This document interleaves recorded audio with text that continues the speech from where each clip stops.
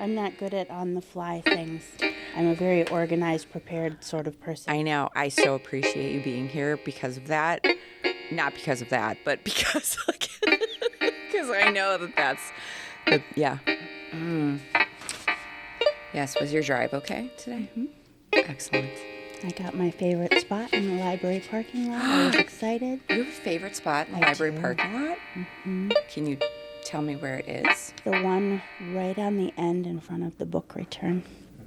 So you only have one car on one side of you and you're free on the other side, and it's a straight walk up to the front door. Oh, totally. My favorite spot. Oh my gosh, I love that. That's so great. So welcome to In the Act, a radio program on process in the creative life. Creativity does not just start and stop with artists. We all make aesthetic or guiding decisions. Our aim is to talk through the process and investigate how we choose to express ourselves and live creatively. We are connecting with people about their lives, and that is the subject of our show. Broadcasting in the studio from Meade Public Library in Sheboygan, Wisconsin, I am Erika Hunsinger, and this is In the Act.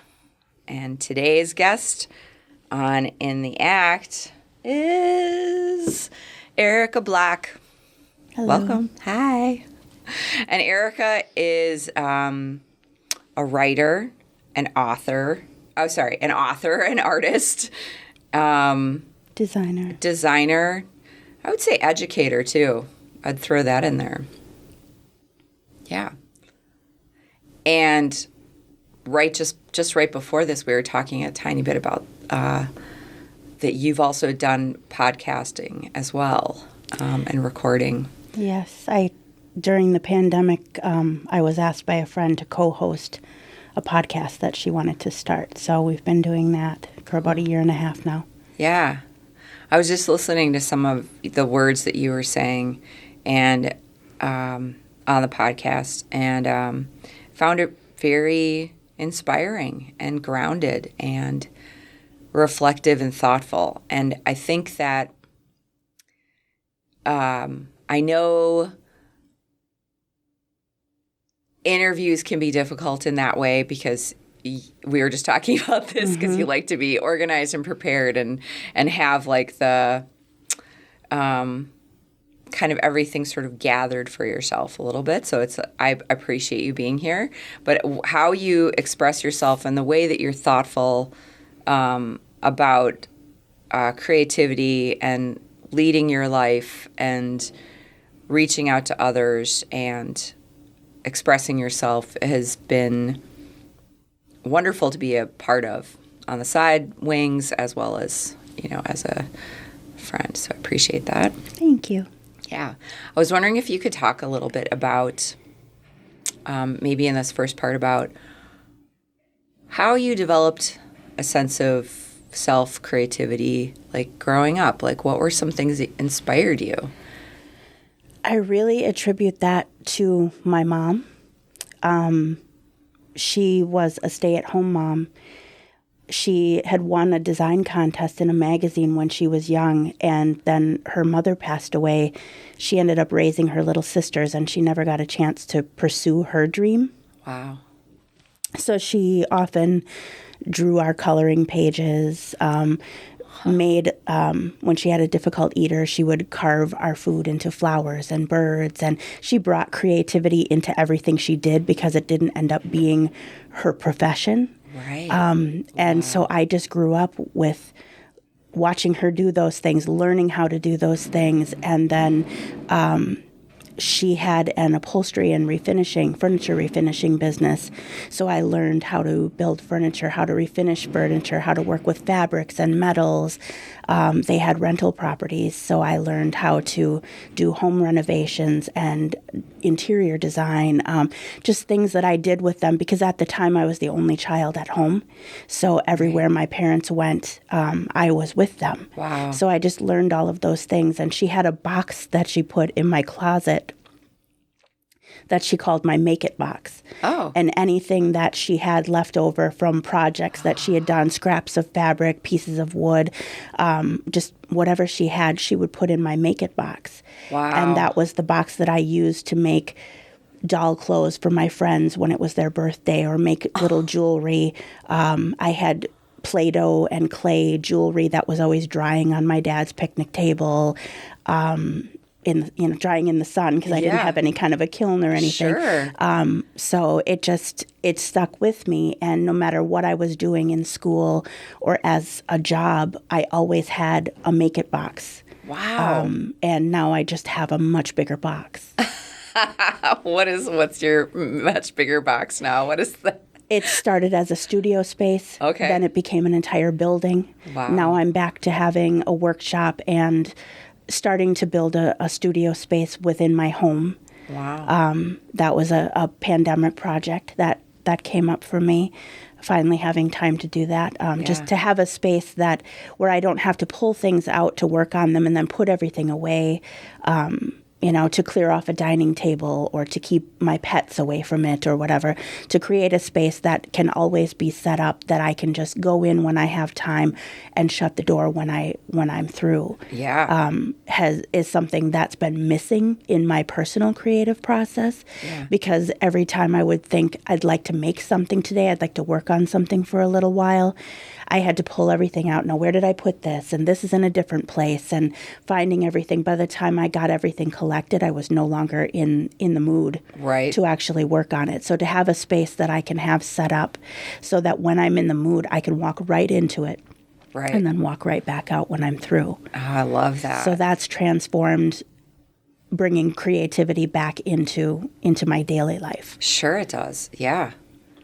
The fact that, it doesn't even sound like you were introduced to art. It was just infused in your life.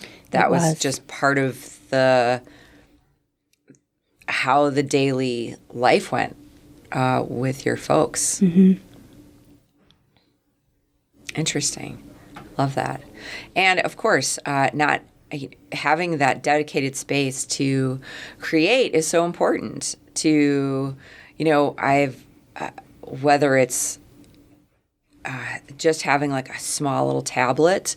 Some people can only do that right now, is just like have this little tiny thing that you can draw on or put notes into, to expanding out to having like your own dedicated space is really important. And especially for somebody who has to make, is drawn to making and has to have that like sort of infusion in their lives. So it's definitely something that's essential for me, even if I'm not in a phase of my life where I want to be exhibiting that work or collaborating with others or even showing it to anyone. Sure.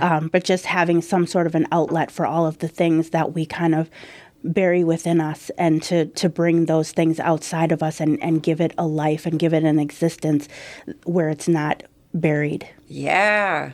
Is something that I think everyone needs to do in some way or another. I totally agree. And I think people do, and they just don't name it in that same way, maybe. Because I think that that there's infusion of these creative things that most people do, whether it's gardening, because I know you garden as well. I try. Right. I try. I'm learning. I'm learning at the expense of many lives. Whose lives? Plants' lives. Plants' lives. Right. Plants' lives. Can I touch back on, you mentioned that if you're not inspired or you don't feel like making, it's nice to walk away and be able to go back when you can. Mm-hmm. What are some things that help you within those, like, I don't feel inspired moments or times? Like, are there things that you do to inspire yourself or feel more productive or connected to making? When it comes to visual art, viewing exhibits online, in person if possible, Pinterest. Yeah. I'm still a big fan of Pinterest. Oh, yeah. I visit it daily for some kind of inspiration, whether it's for finding something interesting to cook or bake, if I'm working on interior design of a room in the house. Yeah. I go there for a great many things. I have a subscription to Masterclass. I've done quite a few of them. I got it for writing. There were quite a few best-selling authors that I wanted to take their classes, and I found gardening classes, cooking classes. I've watched a lot of the film and television classes, and they've all helped in some way. Cool. I have a subscription to Discovery Plus, which is like my personality in a channel. There is home and garden things, paranormal things, interior design things. It's cooking shows. It's like everything that I love in one place. Awesome. So that's something that I'll watch a master class, or I'll watch a cooking show, or visit Pinterest for a little while. Any of those things, kind of depending on what it is that I'm trying to get myself into the mood to work on. Those are my daily go-tos that don't require me to leave home. Right. Don't require me to leave home. I love the little moment. That's great, though. I mean, I think that's one way that we can find that inspiration is by others, and that not being in our own bubble, in our own head, and being able to see just around you and bringing in those things that you love. I'm always saying that, like, follow the things that you actually really love, and they'll like sort of cycle in for you in a way that will be fortifying. Yeah, that's really cool. I had a studio assistant at one time, and I asked her to organize things. And I keep a pretty large collection of wood, metal, glass, stone, beadwork, all these different things. And I asked her to organize those things. And she said, "How would you like that done?" I said, "Whatever makes sense to you." And I just sort of let her go with that project. And she changed my life. She changed my work life because I was expecting glass would be together, metal would be together, Yeah. stone would be together. That's how I would have done it. That beads would be organized by the same, like all the same beads would be together. Right. The same shapes would be together, the same sizes, the ways that make sense to me typically as an organized person. Right. But she did everything in color families. And not just the same color, but like colors, and colors that matched each other, went together no matter what they were made from. And that was many years ago, and I still have it that way because I find it so much more inspiring when I do go into the studio and there's something that I would like to make. I pull out the colors that I'm drawn to at that moment versus the materials versus having a concept. I just pull out the bin of those like-minded colors. And it somehow does more for me than having those materials separated out, organized by what they are. I pull out the color, which I think when you look at colors, you're attracted to what you're currently in the mood for. Yeah. And so when I pull out the bin that is drawing me color-wise, there's all kinds of materials within that color family for me to start working with. And it gets me into that creative process much more quickly than if I sat down and said, okay, well, maybe I'll take a piece of this wood and there's a piece of glass over here, and trying to pull materials from various spaces and decide what I want it to be. Yeah. There was a whole bin that was already my mood. And it made it so much easier for me to create. Oh my gosh. And I can't thank her enough for that. I've never changed it. That is astonishing and amazing. I thought the conversation was going to go much differently. I thought you were going to be like, and I was like, how did you convince somebody to take the materials that you've collected to organize something that's not of your organization channel, right? And I can't even put words out about it because I'm so verklempt, like, about how you would do that, and the fact that you allowed that freedom for her to take that and then create this system that you currently still use, decided by color is such a revelatory moment for me, I think, as well.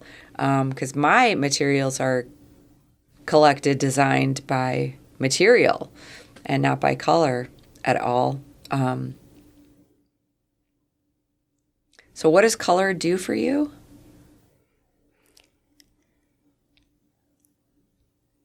Color sets a tone. I use color as kind of the basis for everything. My design work, which I've been a graphic designer for the first 11 years of my career, and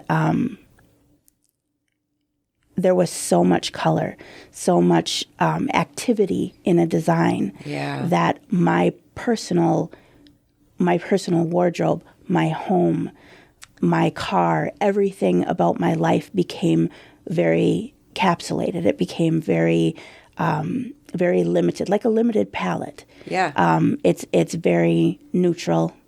It's very muted. I needed that visual break at the end of a long design day.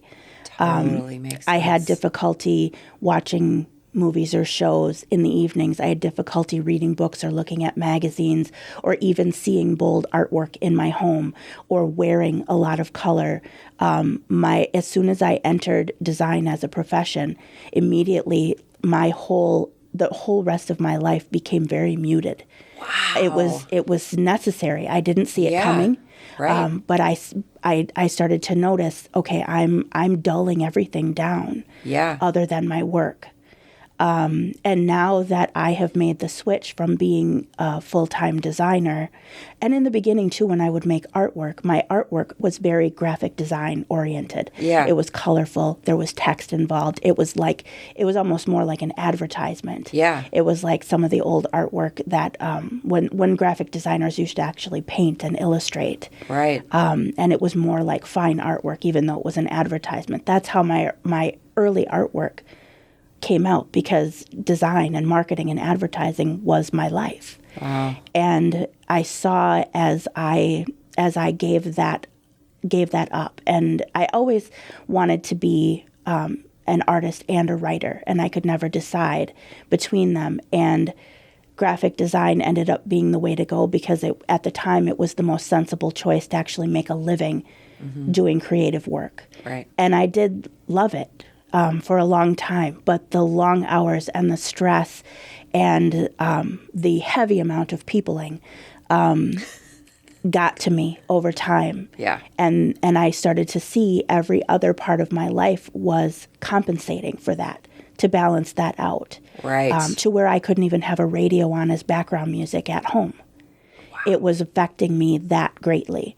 So I'm noticing pleasantly, now that I have made the switch to writing being at the forefront and art and design taking a backseat to that for the first time in my career, that I'm starting to wear color again. I'm starting to gravitate toward colored artwork. I'm considering painting a wall a color in my home. And the people around me are laughing because they've known me all this time. And they're like, "You're wearing pink. Who are you right now?" And they're starting to notice things like that. And they come into my home and they're like, startled by this red piece in a corner that's never been there before. Right. So it's kind of been an interesting thing to me now that writing, which is a black and white page, has become what I'm staring at for 14 hours a day. Right. That now color and design and texture and things are starting to come back into the other aspects of my life. Whoa. Yeah. Okay. That's amazing. Pull that microphone just a touch closer to you. That's good. Thanks. Yeah. Wow. Let's take a water break. Am I doing okay? Yes, you're doing great. Yeah, you're coming through really well. Okay, That's good. why I had to have her pull in closer. Okay, your voice comes through really nice. Am I making sense? Because I'm not processing my thoughts as they're coming out, so I don't. No, you totally are. Yeah, Okay. And that's partial. That's kind of what this show is all about. So, yeah, you totally are. Yeah. That's so beautiful. Is that interesting enough? Oh, shoot. No, Helen. I'm sorry. You can't talk right now. Is it interesting enough? Oh, my Yeah. gosh. Okay. Yes. That's Okay. an amazing thing to say. Like, Okay. powerful.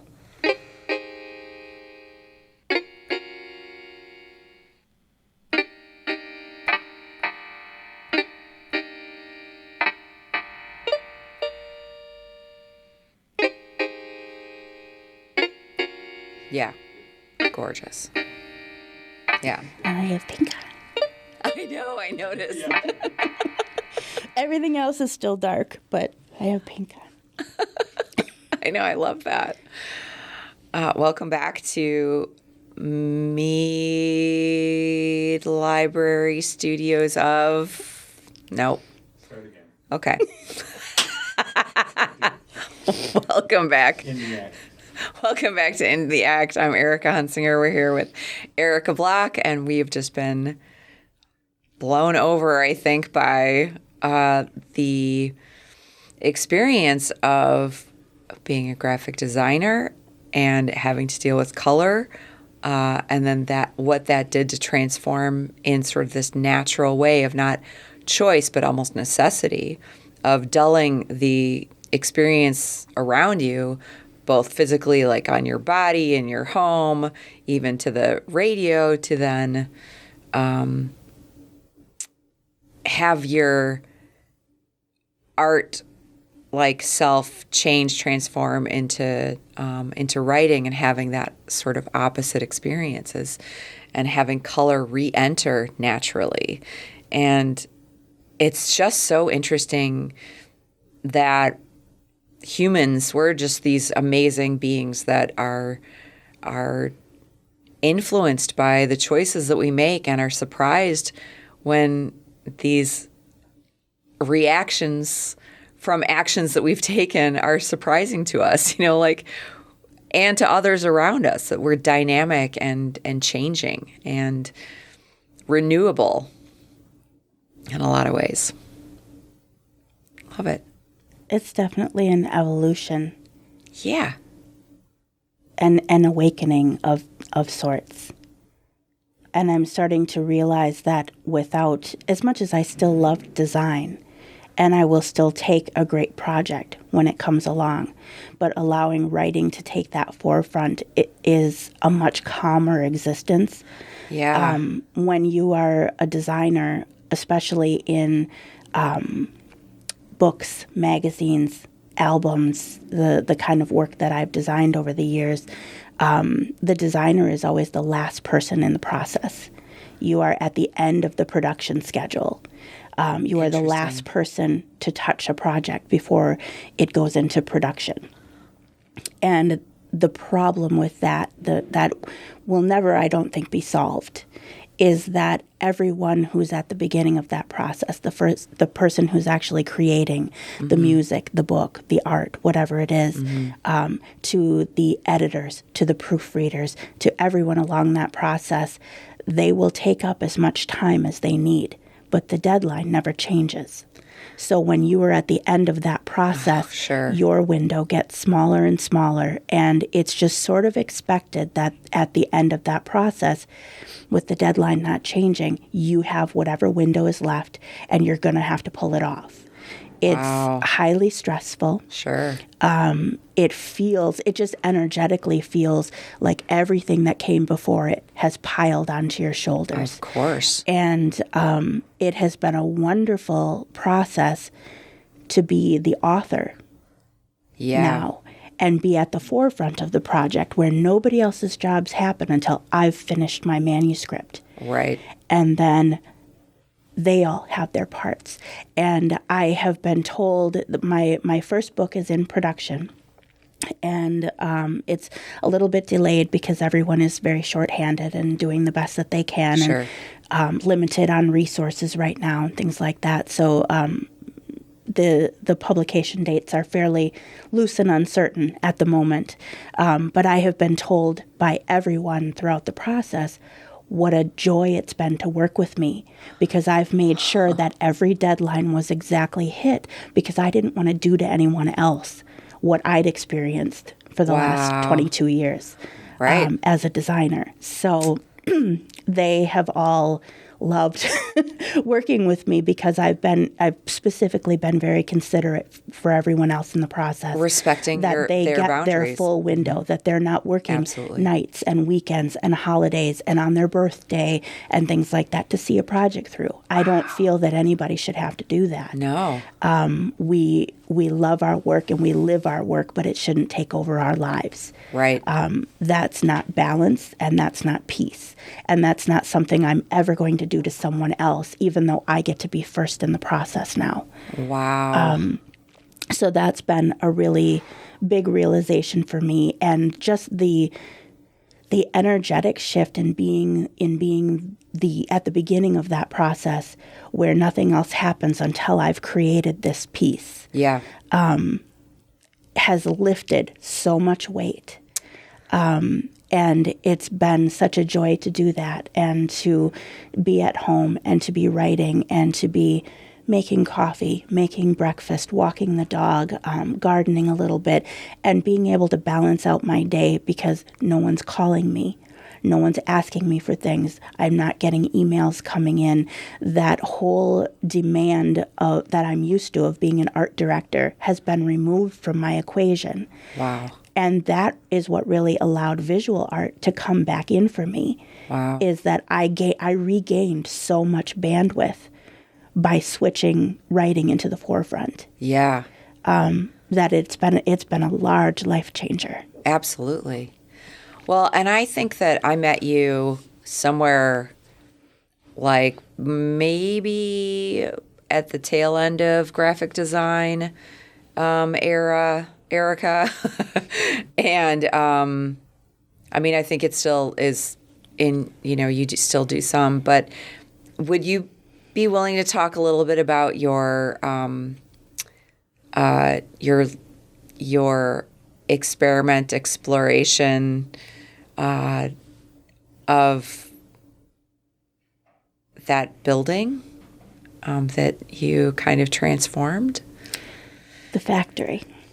Yeah, the factory. The factory was an interesting time for me. Can you talk a tiny bit about like what you were thinking about in your head to get that process, like people to get in your process, like what you were, because you have definite creative juices that are flowing all the time of like, I'm thinking about this and this is what I want, or this is what I'm trying to shoot for.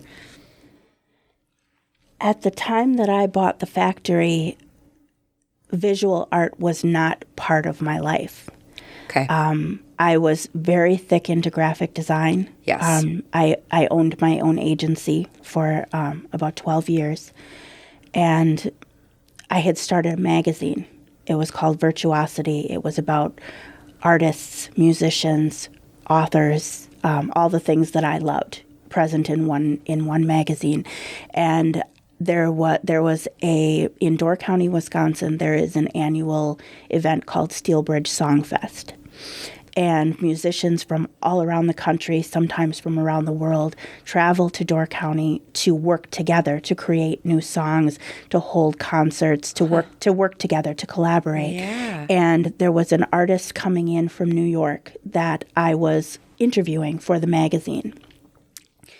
And I went to Door County for that event and to do that interview. And one of the artists that I met there had this building, and she wanted to show it to me. And it was falling down. It was falling down. It was a death trap. It was frightening. And what size are we talking? What is it made of? It was a giant concrete building, a former cheese factory. Okay. From the 1800s. Wow. And it was frightening to me, and I knew I had to have it. And I've never done anything like that in my life. Everyone around me thought I was crazy. I came home from that trip, and my husband asked how the interview went, and I said, well, I seem to have bought a cheese factory while I was there. And I I had that building for 5 years. I renovated it. It was the most spiritual and transformative time for me as an artist. Looking back on it, I wish that I had done more with the more artwork during that time, but it ended up being more of a space of peace for me. Yeah. It was very isolated. I was alone there a lot. Sometimes when I could swing it, I would go there for several weeks at a time, just myself and my dog, and just shut out the world and create. I was able to do some big work there that I'd never had a space to do before. Yeah. I was creating large metal and glass pieces at that time. I was doing a lot of welding type work because I was in a concrete building. It was safe to do that. I Sure. wouldn't burnish anything in my home. I Right. wouldn't weld things in my home. Didn't even know you could weld. So it was something I learned along the way. There's a wonderful studio in Door County that where I started teaching. And they taught me everything that they do there that I didn't know. Pottery, glass working, metal working. They taught me everything I didn't know so that I could teach it to others. Yeah. So I was paid to learn those things, and it was one of the greatest experiences of my life. And then teaching there for the day would be so inspiring that I would go back to the factory at night and just create. Wow. It was the largest amount of work I've ever created in my life. Initially, I opened it with a gallery space within it, and hated it. Hated that so much. I loved probably from a graphic design standpoint or a marketing standpoint, I loved putting the events together and curating the work and creating the brochures and the advertisements and, planning the catering menu and getting everything ready. And then as soon as it was time for the doors to open, I found myself hoping that no one would show up. Right. Or that everyone would go home early. Right. Because all I wanted to do was be in my space alone and work. Right. And so I only did a few exhibits over the course of a year, and then I shut down the gallery portion, and I just made it studio space. Yeah. I invited a lot of other artists, gave them keys. You are welcome to come here. The top 2 floors were like a loft apartment. That was my space. Wow. But they were allowed to come into that bottom floor, that original factory floor, and create anything they wanted. And we would have musicians, poets, artists of all kinds who would just come in on a random Friday night. There'd be a handful of people, and they'd work together, which I didn't know at the time, but that's very similar to how Andy Warhol's studio worked in New York in the 60s, which was ironically also called The Factory. Right, that's right. So I wasn't aware of that at the time, but it was a very meaningful time for me, and that also changed the future of my work. Absolutely, right. Profoundly. And self-engagement, focus, having that, creating that space of like inward but also connecting outward is this really beautiful idea and experience. It sounds like just amazing. How did you know when the time there was done for you, or that you got what you needed, or you wanted to shift? What were your... I had that space for about 5 years. Yeah. And I was told when I was first introduced to it, I was told that it had commonly been a transitional place for women. Fascinating. And it just happened to be that so many women who had been in that space were there for about 5 years. And I'd never thought that I was going to get rid of it. Yeah. I loved that place so much. But right around the 5-year mark, I knew it was time for me to go. Yeah. And there was just kind of this agreeable symmetry to that. And it wasn't a decision that I made. It just felt like time. And my teaching contract was coming to an end. The renovation was coming to an end. Yeah. I was getting very tired of the back and forth travel. I was doing a lot of documentary work at the time. I lived about 2 hours away from where it was. I was doing a lot of traveling for my work. And all of the on-the-road time got to me after Yeah. a while. And it just felt like it was time. It just sort of hit me that it was time. And a former owner showed up, came to Door County on vacation, drove by, noticed the renovation, and wanted it back. And it just, I'm like, okay. It That's just amazing. felt like it all lined up perfectly, Yeah. which I tend to be a spiritual person. And I think that was all just the way it was meant to play out. Wow. I got what I needed while I was there. The building got what it needed. Right. And when we were done, it was done. Wow. And it's the same person got it back again? She was in a different place in her life now. Yeah. And apparently she was going to give it another go. I'd be curious to know if she stays for 5 years. Right. But every time I visit Door County, I drive by and I talk to the building, and it's being well cared for. I check on it, and the building seems happy. I love that. That's beautiful. Thanks for sharing about that. Cool. Whew. What a cool, I have like tinglies everywhere. I'll take a little break. Works. Wow. You're just having a great time listening? Totally. Yeah. Yeah. You know my fascination with the whole factory scene. So. He was just reading about Andy Warhol factory and stuff. And Fascination, that whole scene, kind of a desire to have a space like that myself. But that's what I live in. Anyway, and I can totally relate to that idea of like, we had a gallery studio situation. It's like, I just want to paint. Mm-hmm. I thought I was really going to love it, and I just didn't. yeah.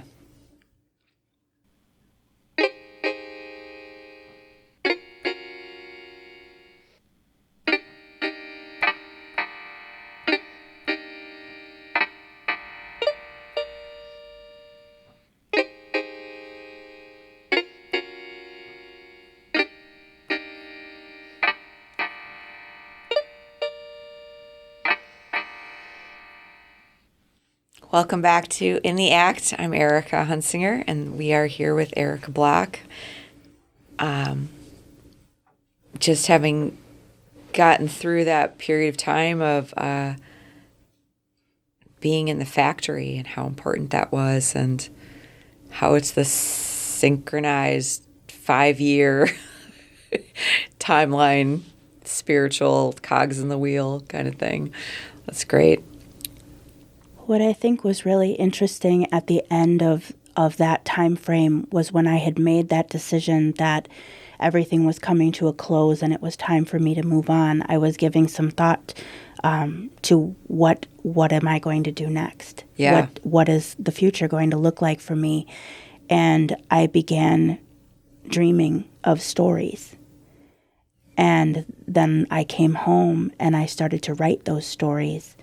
And because I had spent so many years in graphic design, designing books, designing magazines, I worked with a lot of publishers, a lot of editors, and had made some friends along the way. And a friend of mine who was a publisher turned agent, I told her about the dreams. And I've never remembered so much about a dream. Like I would remember little parts and pieces, but these were full stories. There were characters. I saw their clothing, the colors of their clothing, everything. I knew their names. I knew their backstories. It came in such a crazy way to me. Wow. And I told her about the dreams, and she said, "You need to write that because I can sell it." Interesting. And so I did, and she did. And all of a sudden, I had this publishing contract, and now being an author is at the forefront of what I do. Wow.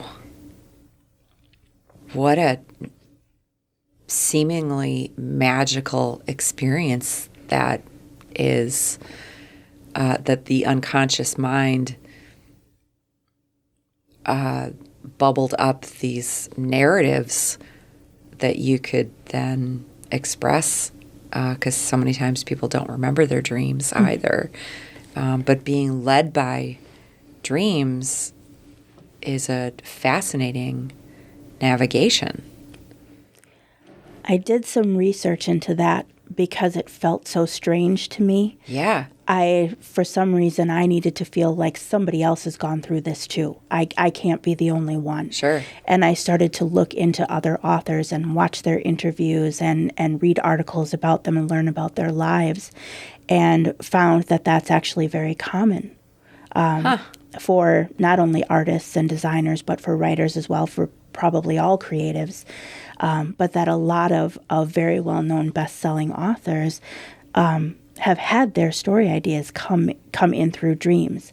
Some it's a full story, and some it's just a scene. Right. And then they've built a story around it. But I actually found quite a few writers that have had that experience. Some attribute it to a muse. I was just going to ask, what do you attribute that to? Like, it was on my tongue, and you were like, and some attributed to me. I would very much like to think that it's guardian angels, spirit guides, muses, whatever. But there are enough real life points within it that I can say, okay, well, that I watched 2 days ago. This was a little piece of something I read a week ago. Absolutely. This is something we talked about yesterday. Like, I can see so many little things that my brain pieced together. Right. That I do believe, for the most part, it is coming from my own overworked mind. Sure. As much as I would love to believe that I'm being guided, I have had dreams where Shirley Jackson, who is an author I love, I've had dreams where it's just Shirley Jackson's face talking to me, giving me guidance. Oh my God. And it's ridiculous. I've told people that, and they're like, "Oh, she must be your spirit guide." I'm like, I don't know about that. Right. But the information has come in such a unique way for me. There's never been a point where I was like, I don't know what comes next in this. Right. Because if I write at the end of my day and then I sleep, I wake up knowing what comes next. It's something that since it began, I've been doing that as a pattern. I think I've been training my mind to become accustomed to that, where I know that if I'm thinking about the story during the day, and thinking about the parts I liked, the parts I didn't, the characters that I'm intrigued by, and then I do my writing at the end of the day, that I will dream about it, and tomorrow I will know what to do next. It's made the process a lot more effortless than I ever expected it to be. Fascinating. And I think that as much as I want to rail against consistency and pattern and that sort of regulation, I think that sort of training that you're talking about does allow for creativity to explode if you have consistent sort of structure in place that you don't have to think about in some ways. That this is when I get up, this is how I'm working, and I know that I have to work at night, then in writing, to then go to sleep to have this happen, so that there's this pattern that you've created, the structure that you created, and then within that it can blossom and flower, and the energy goes toward the creativity and not towards trying to adjust and firm up your foundation of structure. There was a fair amount of research. Sense? Yes. Okay. There was a fair amount of research that went in before I ever started writing anything. Words, places, anything that came up in the dreams, I fully researched all those things before I began writing. And it was at the beginning of that writing process that I started Masterclass. And I specifically got that for Dan Brown, because I love the Da Vinci Code. Sure. And Angels and Demons. And I was very curious about his writing process and where his information comes from. And also Margaret Atwood. I loved Alias Grace. I loved The Handmaid's Tale. Very, very disturbing, intriguing work. And one of the things that really stuck with me from Margaret Atwood was she said, because I write about such horrific things, everything that I write is based on a real person, based on a real place, based on something that actually happened at some point in our history, so that people can't come to me, and I've heard this about Stephen King too, that people can't come to me and say, wow, you must be a very disturbed individual to come up with these things. And she said that was sort of my defense and my comfort to myself, was that I could base everything off something real. It's like, oh no, that didn't come out of my mind. That actually happened to someone somewhere at some point in time. And that was something that was very important to me, because I write very deep, dark stories. Yeah. And I was very concerned, especially in the beginning, that, my mother's going to read this, my family, my friends, people who actually know me as a person. And will this change the way people think about me? Sure. And the way that they see me? And so it was very important for me. I'm glad that I took that master class before I began, because that set the tone for everything I did. I based everything on real stories, real people, so that I can always say, oh no, that did not come from the darkest corner of my brain. Right. Wow. I think people are, well, we want to feel like everything is okay and happier and positive and things are going in the right direction. And as much as we want those things to happen and feel good when they do, there's the experience of your own body, other people's experiences, political systems, world, potential natural disasters, anything that happens that really can just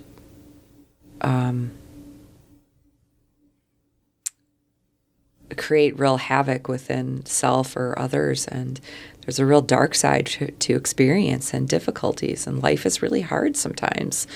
And I think that many times we want to kind of just push that away. And so to have that be a part of your process and what you're focusing on, gathered from historical sources, and creating a fiction with it is a profound way to create. Almost feels like a collage of stories and experiences. Experience has been a big tool for me that I wasn't expecting. When I actually sat down to write and I had a concept and I had an outline, I was having difficulty developing those characters and what they're thinking and what they're feeling and what they're going through. Yeah. To where the only way for me to accurately write about that was to experience what I wanted them to experience. And it's been a little interesting for the people in my life because depending on what my character is going through, I have not eaten. I've made sure I didn't have food. I've slept in my car for several days. Whatever I wanted my character to go through, I went through. I would walk until I couldn't walk anymore. Wow. So that I could accurately depict what that felt like to me, and what the parts of my body felt like, or what ailments I had when I stepped out of my car after sleeping in it for the night, right. Or how my stomach felt not having enough food. Wow. It was something that I almost had to take a method acting approach to, Right. Because my imagination just was falling flat when it came to understanding what I wanted those people to go through. And just the anguish that people needed to feel in certain instances, or the extreme joy that they needed to experience, I went and played with puppies. So that I was in the mood to write about extreme joy. Whatever I thought would evoke what I needed to write about, I did personally. Wow. I would get myself lost on purpose. If I needed a character to feel immense pressure, I would create immense pressure in some area of my own life. Wow. Because it was the only way for me to accurately write down what that felt like, Sure. what my thoughts were. Right. Did I cry? Did I laugh? Was I shaking? Yeah. Wow, that sense of vulnerability and allowing yourself to go to those places is hard. That's a really challenging thing to do, and so important and integral to your process, it sounds like. But profound, like, and I can't help but think that it ties back to when you're saying that you were at the beginning of your process now of the writing, as opposed to being at the end of the production line, and being respectful of people's experience and listening and feeling and knowing how it is to feel or be a certain in certain line in that production experience, that in some ways your characters, you're giving the same sort of respect to your characters of like, I see you, I'm helping to develop you, but to accurately define and explore this, I want to be able to experience what you might be experiencing. Yeah. That's really amazing that like ties together. It's been a cool experience. It's something I never expected to do, but I just wasn't getting there. Yeah. And then in the first book that I wrote, American Gothic, which releases this month, the main character is a writer, and she can't get there. And so that was a big part of it, was putting myself in her shoes and what she was experiencing and watching those deadlines approach and feeling all this pressure upon herself and how she handled that and what she did. And I put myself through what she was being put through. And I feel that it made her much more relatable. It made her much more real. Yeah. Love it. It hasn't been great on my nerves, but it's been a good time. Right. Do you have any words of wisdom for other people for their creative process? I think just do the work. There's no other way. Just prepare. Just jump in and just do a little bit every day.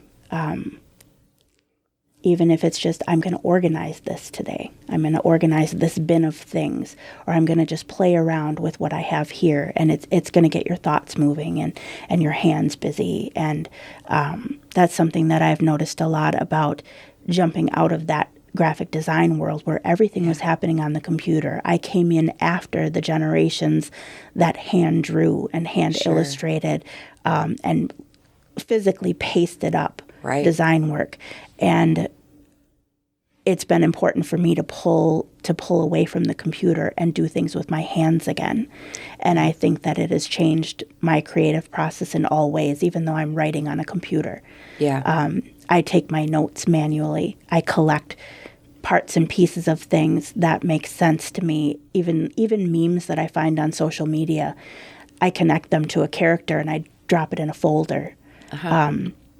So that I'm just kind of collecting and researching, and then they just start to happen. Yeah. So it's not like I have to sit down in front of a blank page and wonder what I'm going to write about today, because I have all these parts and pieces that I've been collecting, and I just get my hands in there. Yeah. And go through them, and it just starts to come together that way.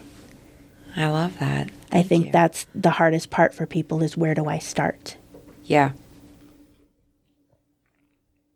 That's really helpful. Thank you so much. And thank you so much for taking the time to be with us today and sharing your experience and your creative life. It's amazing, and I think probably very inspiring for everybody. So Thank you. thank you, Erika. And is there a way that people can get in touch with you or contact you?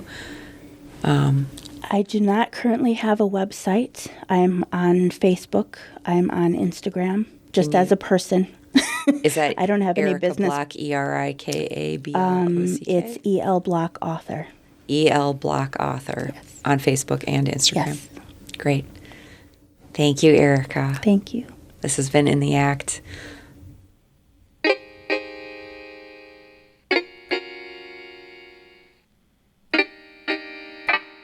In the Act is produced in the studios at Mead Public Library in Sheboygan, Wisconsin. More information on the web at meadpl.org.